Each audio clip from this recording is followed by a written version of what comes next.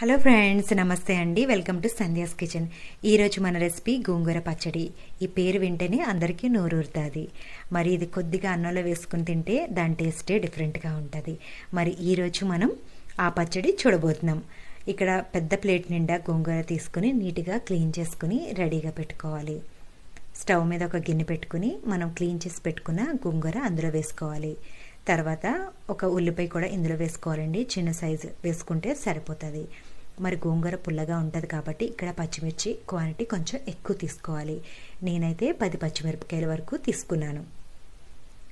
తర్వాత ఇందులో కొద్దిగా వాటర్ యాడ్ చేసి మూత పెట్టి మనం 10 మినిట్స్ వరకు కుక్ చేసుకోవాలి. ఈ లీఫీ వెజిటబుల్లో వాటర్ కంటెంట్ ఎక్కువ ఉంటుంది కాబట్టి మరీ ఎక్కువ యాడ్ చేసుకునే అవసరం లేదు.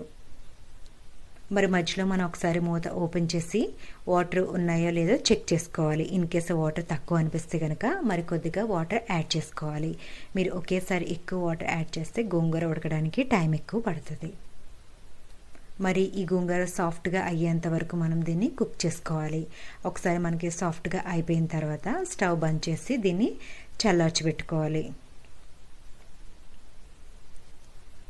మరీ ఎక్కువ టైట్గా అయ్యేంత వరకు ఉంచుకునే అవసరం లేదు. ఒక మిక్సీ జార్ తీసుకుని అందులో కొన్ని వెల్లుల్లిపాయలు వేసుకొని గ్రైండ్ చేసుకోవాలి.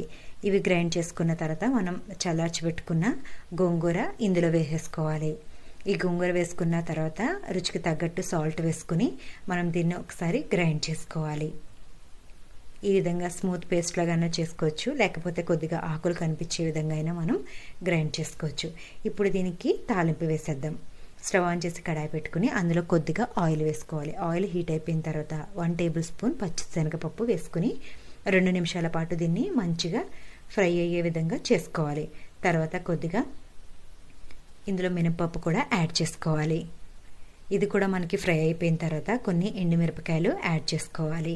ఇది ప్రతి ఒక్కొక్కటి వేసుకుంటూ మనం దీన్ని ఫ్రై చేసుకుంటూ నెక్స్ట్ యాడ్ చేసుకోవాలి. కొద్దిగా జీలకర్ర ఆవాలు కూడా ఫ్రై అయిపోయిన తర్వాత కొద్దిగా క్రష్ చేసుకున్న గార్లిక్ వేసుకోవాలి.